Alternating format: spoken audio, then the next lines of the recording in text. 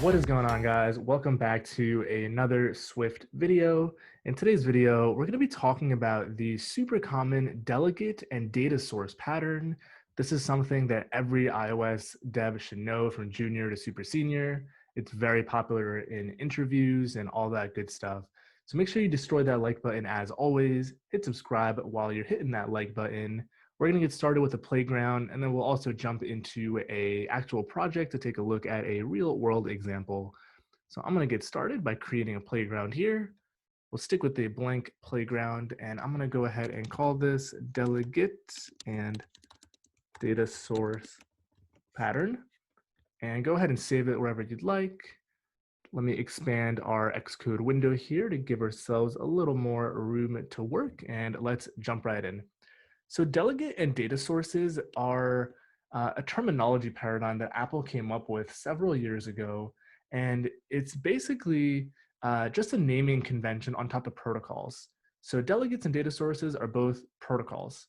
So basically a protocol, as a refresher, is basically a blueprint to some type of interface. It could include functions or properties. So if we have a car, its interface could have things like drive. It could have a color, which is a UI color. We can get the color as well as set the color, so on and so forth. So basically, this is a standard interface. No implementation goes in here. You simply just define the blueprint. So that said, let's look at delegates and data sources. So let's first talk about delegates. So a delegate is coined, the term is coined by some other component, some object can delegate a task to another object. So it's meant to be extremely declarative, and I want to give an example. So let's say you have an object that is observing, or an object that is a delegate for a particular view. Let's say you have a view that shows various items on a menu at a restaurant app that you can pick.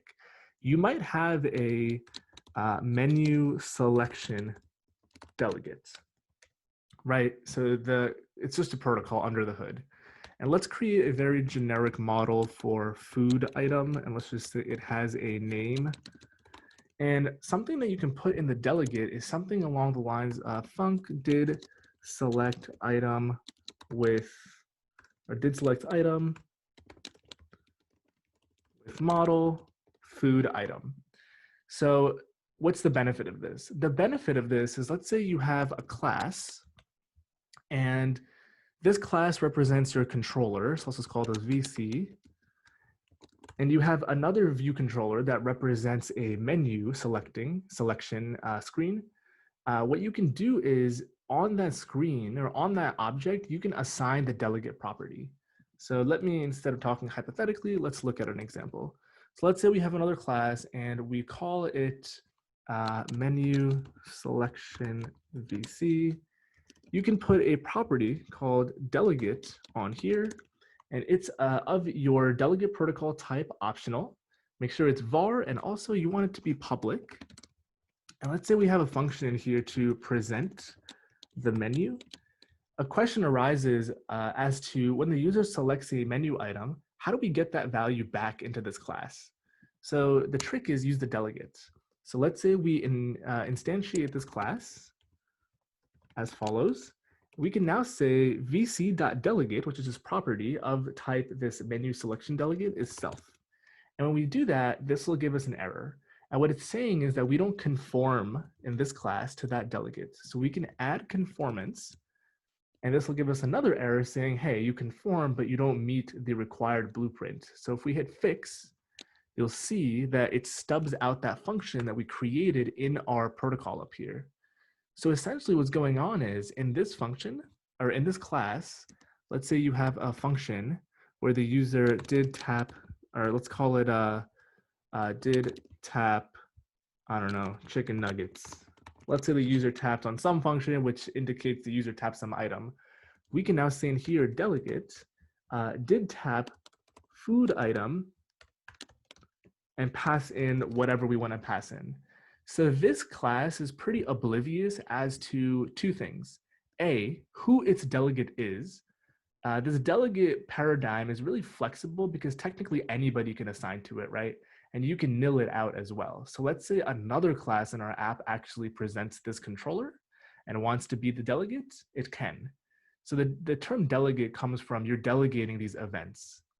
That's the first thing this class is oblivious to. The second thing it's oblivious to is that whether or not a delegate even exists. So notice we said delegate question mark. So if this property happened to be nil, just no event would be fired. But we've basically said here, hey, if there is a delegate who is assigned to this, go ahead and on them trigger this function. And on this class, we've said, hey, I am the delegate. We conform to the delegate protocol and hence are required to bring in this function. So we will get this function called with the inbound food item from here. Now, looking at this example, you can figure out pretty quickly if you looked at table views before, the table view has a thing called a UI table view delegate. So does a scroll view. So does a text field. So this is exactly the pattern Apple uses internally to relay tasks and events to other classes. So one other takeaway before we move on to data sources are that the naming of delegate functions, rather not the naming, but the conceptual backing of each function should be very declarative. A delegate should not control what the other class should do when that event is fired. A delegate should only relay the information fact that, hey, some event occurred with the given data. So hence in this case, did select item. This controller might want to add that item to a shopping cart or might want to check availability in inventory. The point is the delegate should just be super event driven, not actually imperative in the implementation of what happens when the event is fired. This keeps delegates reusable, flexible, and declarative. So that is a delegate. So let's talk about a data source. So actually, I'll stick with the same example, and we can simply create another protocol. And this one will be a menu selection data source. And a data source, as the name implies, kind of opposite of delegate, is responsible. It's a protocol that's responsible for supplying data, hence data source. So let's say once we actually create this menu selection in VC, we want to actually show the menu based on data that this class owns. What we can say is in this protocol, there's a function called func. Let's say number of menu items, and this will return an integer. And then we can say item for position, and this will return a food item. And now on this class, we can say, again, public var, but this time it's a data source, and it's going to be a menu selection data source, optional. And then now on this guy, we can say vc.datasource is self, and it'll start complaining at us that we don't actually conform to it. So let's go ahead and conform to it. And you'll see it'll complain once more that we don't have the required functions for the data source. So hit that and hit fix. And you will see that it stubs it out for us. In this case, we want to return some food item. We'll just return something random for now. And then we also need to do, let's see, did select item. We don't need that. We want number of items. This should be an integer. That's why I didn't stub it out. Let's put that in here and return 1. So basically, this is again similar to a table view because you've seen that. In this class, it doesn't own its own data. So let's say it has a function called setup menu view. It can basically query the data source and say, give me the number of items. So we can say items or item count is an integer of that, but remember this might be nil, so it returns optional. So we can say if this is nil, we can coalesce it to be 0. And that's basically the data source pattern. Very similar to delegate. It's the notion of you can flexibly change out who is providing the data, hence the data source. And before we jump into a project, let me call out one more thing. Having delegate and data source references on our classes like this cause a retention cycle of memory. So you want to make sure you mark them always, always, always as weak. And when we do that, you're going to see this is going to start complaining that non-class bound objects can't be weak. So what you need to do is for your protocols, you just want to make sure that they're bound to any object. And when you do that, that warning will go away, and you can now weekly retain those property members on any class you decide to add them to.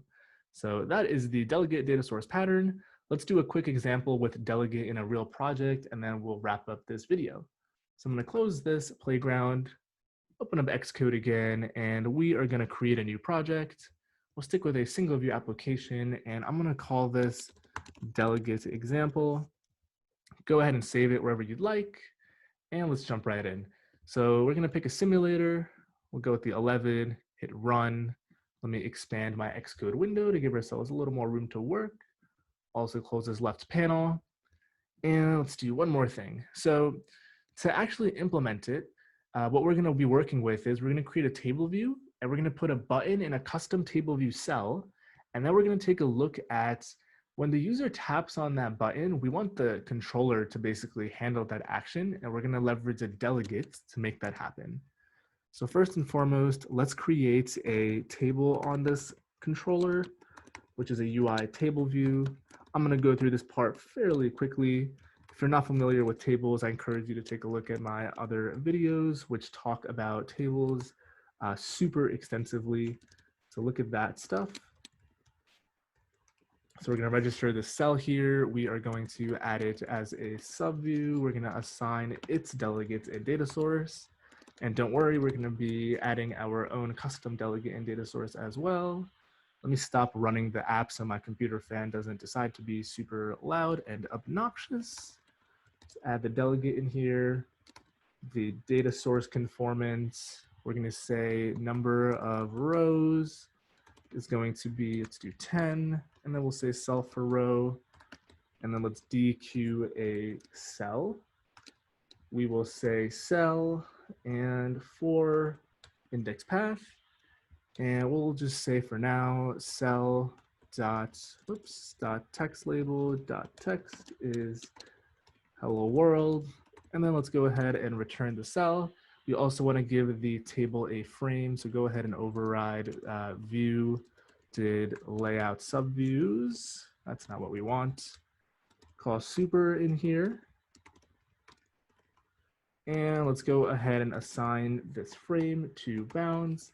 Hit Command R to build and run, and you should have a basic table view showing up, or it'll crash. So let's see what I messed up. Let's look at the log. It says terminating must pass a class of kind UI table view cell. Let's see what we messed up in here. So we registered a UI table view cell. Cell reuse identifier is cell. We created a table view. And here we're saying table view dequeue cell with identifier cell for index path. Did we register this correctly? This should be table view cell. All right, we should see the table now. Perfect. Okay, so let's quickly create our own custom cell. So let me move my Xcode window that accidentally shifted. Let's come over here and create a new file. Right click, new file. Cocoa Touch class is subclass of a UI table view cell. I'm going to call it a custom table view cell. Hit enter twice to create it. And let's get rid of this code and add some of our own code. So we're first going to add a identifier, which we're going to use to register the cell. We're going to override init with style and reuse identifier. Make sure you call super on it, so super init with style and reuse identifier. And we're going to, like I said, create a button in here. So we are going to say a button is a UI button. We'll keep it pretty simple. And whenever we basically create this cell, we are going to add it. So we're going to say content view, add subview, button. We're also going to set a background color to it. I'll stick with a system red. And we also want to add a target. So what gets called once this button is tapped. So this is where our delegate will come in a second. We'll say did tap button. We also need to create this function. And we'll leave that empty for now. We need to lay out the actual button. So go ahead and override layout subviews and call super. And we'll lay out this button with a frame, CG rect. We'll say 10. Let's go with 10, 5, content view, frame size width, subtracting 20, and content view, frame size height, subtracting 10. And let me also go ahead and give this button a title. And before we introduce the delegate, hit run, let's see what happens. Okay, this wants the required initializer. And actually, we also need to use this cell, which we didn't do yet. So copy the cell identifier that you gave here, head back to your view controller and change the registry to our custom cell of our custom cell.identifier. In cell for row, make sure you DQ the cell with your identifier as your cell. Hit that run button, and we actually don't need this title label thing anymore, so delete that and hit run once more. And you'll see we have all these buttons showing up in our cell. Nothing happens when we tap them, so let's add a delegate to make that work. So basically, like you saw in the playground, we're going to create a delegate. And we are going to say this is the cell delegate. So we're going to bind it to any object. And we're simply going to say in here, did tap button. And in this function that the button is attached to, we're going to say delegate. Whoops, we got to create delegate first. When we do that, so we're going to create a public property on here of this type. So it'll be a public var weak var, so we don't cause a retain cycle. And now we can say in this guy, delegate did tap button. If we head back to our view controller, in this function, before we go ahead and return the cell, we can say the delegate, and actually if you look at the autocomplete, it's the new delegate we just added. We can say that this delegate is self, and we're going to conform to it on here. I'll do it in an extension to keep it clean. It's this type, and we're going to say in here, actually it'll yell at us to include it by default. We can say fix, and it will stub it out, and we'll just print VC received tap from button. Hit that run button again, and if we tap on any of these buttons in here, you should see that print, which in fact we do see down here, which is awesome. And the little last thing that I'll add is, in this case, we're not actually passing in a parameter, but let's say we had a function on here called configure with, and let's say you configured it with a model. I'm just going to do a string for the purposes of a demo.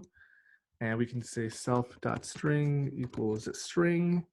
We can create a private property on here called string, which is an optional string. And before we call this delegate, we can unwrap it. We can say string equals string, else we don't want to call it. And then here we can say with string. Make sure you go ahead and update that delegate function signature.